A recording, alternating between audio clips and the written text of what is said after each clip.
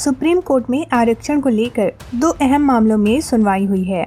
भारत में आरक्षण के मुद्दे को लेकर सालों से ही राजनीति होती आ रही है। EWS कोटा और मुस्लिम SEBC आरक्षण की वैधता को चुनौती देने वाले मामलों पर सुनवाई करेगी। क्या आर्थिक रूप से कमजोर वर्ग और मुस्लिम को आरक्षण मिलना चाहिए? भारत के मुख्य न्यायाधीश UU ललित की अध्यक्षता वाली 5 न्यायाधीशों की संविधान पीठ आर्थिक रूप से कमजोर वर्ग EWS कोटा और मुस्लिम SEBC आरक्षण की वैधता को चुनौती देने वाले मामलों पर 13 सितंबर को सुनवाई की। बता दें कि मुस्लिम SEBC आरक्षण से संबंधित मामला 2005 की दीवानी अपील है, जो यह मुद्दा उठाता है कि क्या संविधान के अनुच्छेद 15 और 16 के तहत मुसलमानों को एक समुदाय के रूप में सामाजिक और आर्थिक रूप से पिछड़ा घोषित किया जा सकता है। दूसरा मामला संविधान के 103वें संशोधन अधिनियम 2019 की वैधता से संबंधित है। इसमें आर्थिक रूप से कमजोर वर्गों के लिए आरक्षण का प्रावधान पेश किया गया।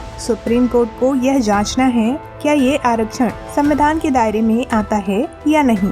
भारत में आरक्षण के मुद्दे को लेकर सालों से राजनीति होती आ रही है। कई राजनीतिक दल आरक्षण को एक लालच के रूप में इस्तेमाल करते हैं।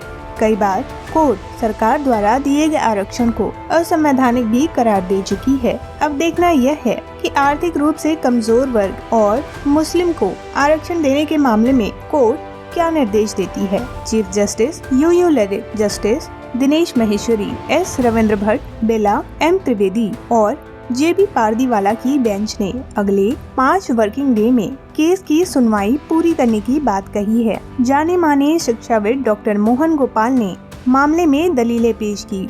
डॉक्टर गोपाल ने कहा कि हमें आरक्षण में कोई दिलचस्पी नहीं है, बल्कि प्रतिनिधित्व में दिलचस्पी है। अगर कोई आरक्षण से बेहतर प्रतिनिधित्व का तरीका है तो हम आरक्षण को खत्म कर देंगे। उन्होंने जोर देकर कहा कि समानता हमेशा से ही पिछड़े वर्गों की मांग थी, न कि कुलीन वर्गों की, क्योंकि पिछड़े वर्गों को समानता की आवश्यकता थी और उन्होंने प्रतिनिधित्व मांगा है। उन्होंने तर्क दिया कि आरक्षण को वंचित समूह को प्रतिनिधित्व देने का साधन माना जाता रहा है, लेकिन EWS कोटा ने इस कॉन्सेप्ट को पूरी तरह से उलट दिया है। यही नहीं, डॉक्टर मोहन गोपाल ने यह भी कहा है कि EWS कोटे का लाभ अगड़े वर्ग को मिलता है, लेकिन इससे सामाजिक और शैक्षिक रूप से पिछड़े वर्ग बाहर हो जाते हैं। उन्होंने कहा कि ऐसा होने से संविधान की मूल भावना का उल्लंघन होता है, जिसके तहत समानता और सामाजिक न्याय के सिद्धांत की बात की गई है। 130वें संशोधन का सुप्रीम कोर्ट के सामने दलील देते हुए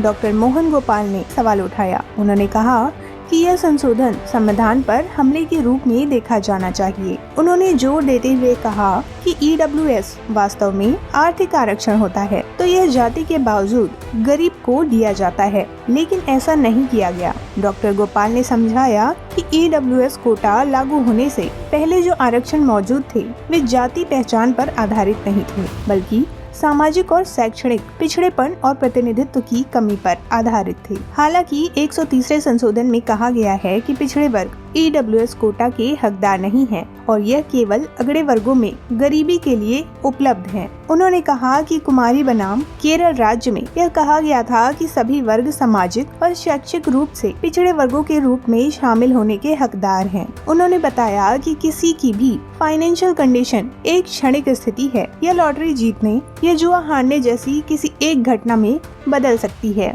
उन्होंने कहा कि रिजर्वेशन इसलिए लाया गया ताकि पिछड़ों को शिक्षा और नौकरी में प्रतिनिधित्व मिल सके, जिससे कि उनकी सामाजिक स्थिति और निजी जिंदगी में बदलाव लाया जा सके।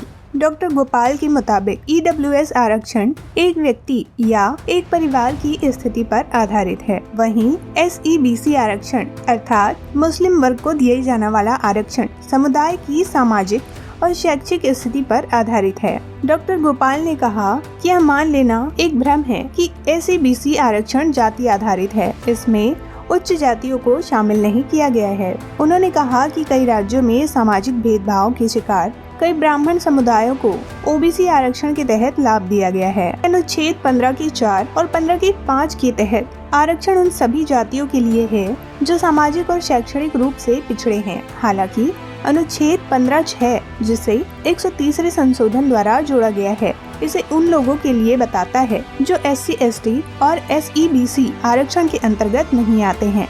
उन्होंने जोर देकर कहा कि पिछड़े वर्गों का बहिष्कार अवैध है। आप गरीब व्यक्ति को बताते हैं कि आप निचली जाति से होने के कारण हकदार नहीं हैं। तो दोस्तों, ये वीडियो यहीं तक। मिलती हूँ आपको अगली वीडियो में। जय हिंद।